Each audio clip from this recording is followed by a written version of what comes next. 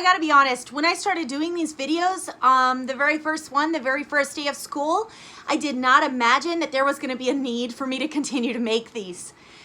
But here's the thing.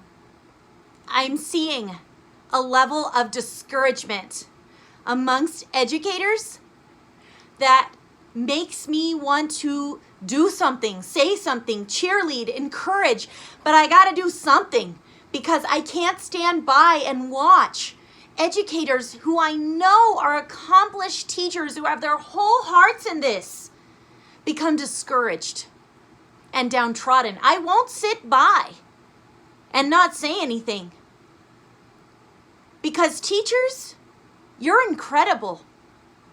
And I see you. We see you out there working as hard as you are.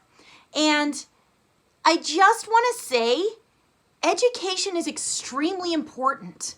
And we all know that. We all know that. But if we don't take the time to really reflect on it, I want you to think about the ideals that our nation is built upon.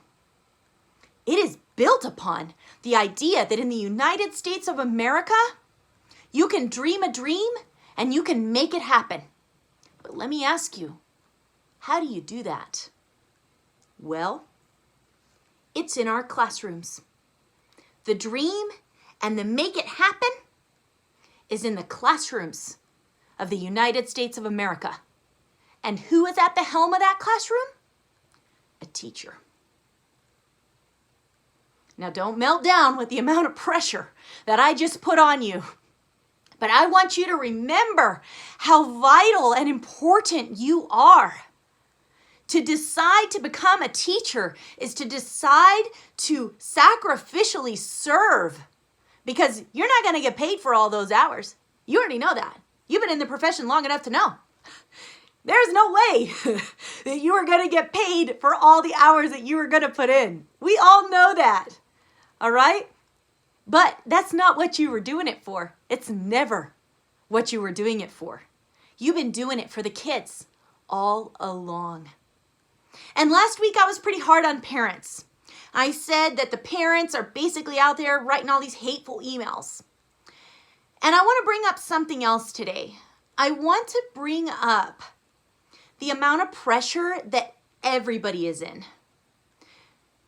And I want to suggest that we view parents and that parents view teachers and students view teachers and students view parents and just all of us in this web, that we think about the importance of grace. That we consider when we receive that hateful email that that parent may have just endured the worst morning with their child that we can imagine. All right, I've seen kids throw a fit in the classroom. But it makes me wonder, if I've seen a 16-year-old kid throw a teenage level fit and they're, with basically a stranger at school, what are they doing at home? So we don't know what those parents may be enduring in their homes. And some of you are also parents. So you have an idea. You've watched your child melt down over this online instruction thing. Okay? So I just want to remind all of us to give one another grace. Okay, when that parent sends that angry email, it doesn't mean that they hate you and that you're a piece of crap as an educator. It doesn't erase the decade of work that you have done in the classroom that has made a difference. No, and don't let it have that power, because that parent may be having a very difficult morning. They may be dealing with an angry child, a crying child. I mean, who knows the level of what may be happening in their home with that instruction. Okay, so let's offer each other grace. Let's look at that email and decide, what is this parent really asking me for? Well, they need help. They need clarification. So what can I do to help them? And you know what I see? Teachers, I know you do that. I know you do that because I've been teaching for 14 years. And in that amount of time, I've dealt with some irate parents. I've literally been cussed out by a parent. That happened. I still can't believe that it happened. But my point is that when those things happen, and they've happened to us before, we look that parent in the eye, we let them talk, we listen to what's at the heart of what they're saying. And typically, it has very little to do with you as an educator and a lot more to do with how they're feeling and what they're dealing with and the stresses and frustration that they are going through. Okay? So just remember, if you're feeling like everybody hates you, everybody's out to get you, put it in context. There is a stress and a pressure that is going on that is creating that. And go back to what you know to be true at parent-teacher conference. Calm down, look at the parent, and try to evaluate what the root of the problem is.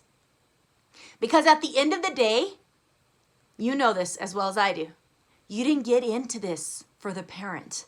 And parents, I'm not saying you don't matter. What I'm saying is, your child's educator is wholeheartedly invested in your child's success. That's who they're here for. So teachers, do what you've always done. Remember that emotions are just a result of what someone is feeling. And evaluate what the true heart of the message is. And remember that you always did this, and you got into this, and you continue to do this, all this energy and effort for the kids. That's why you did it, and that's why you do it. And you know what?